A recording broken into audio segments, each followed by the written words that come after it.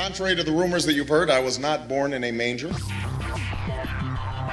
I was actually born on Krypton and sent here to save the planet Earth.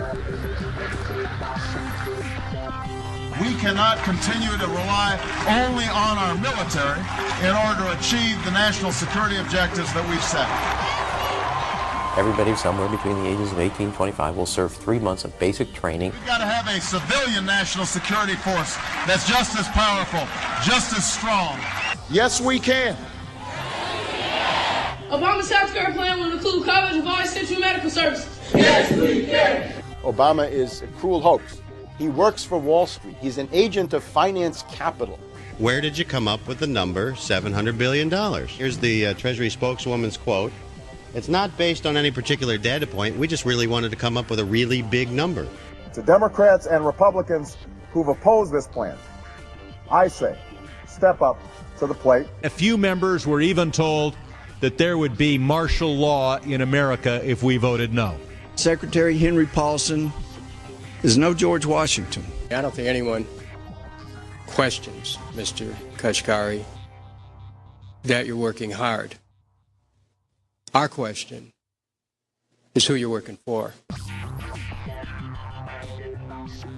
Obama pledged that he would resume the Security and Prosperity Partnership talks between Mexico and Canada that President Bush initiated.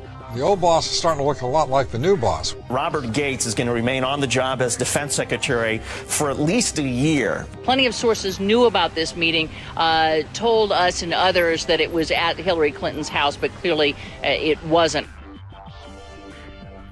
We've got to give them a stake in creating the kind of world order that I think all of us would like to see. We see you causing a depression so you can blow out the economy and consolidate it and bankrupt it. We know that you are enemies of free humanity, and we are here standing against your tyranny.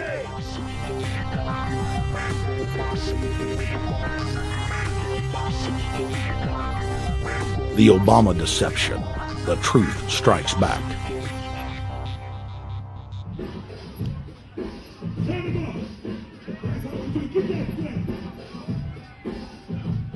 Barack is like the manager of Burger King. All presidents are, including Bush. It's like this: when your fries are cold, if your burger is not done right, you go back to Burger King, America, or your government, and you say, my burger's cold, I want new fries. First, you go to the cashier, that's the courts. You argue to the courts. The courts, if you can't get no justice with the cashier, you say, let me see the manager. I want to go to the Supreme Court. I want to see the president. The manager comes out. Hi, what can I do for you?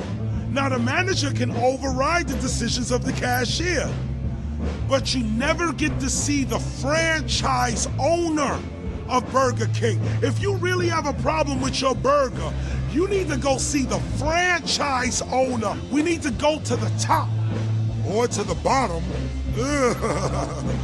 We need to go to where the real architecture of government is. And it's not in a president. It's in a global scheme. Politics in America today is identical to pro wrestling. And what I mean by that is, in front of the cameras and the public, we all hate each other.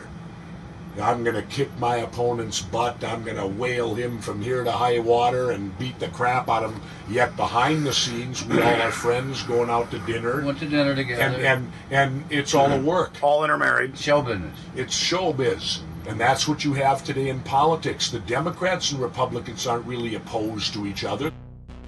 Left and right mean nothing. The only thing that counts is, are you working for Wall Street or you're trying to defend the people against the financiers?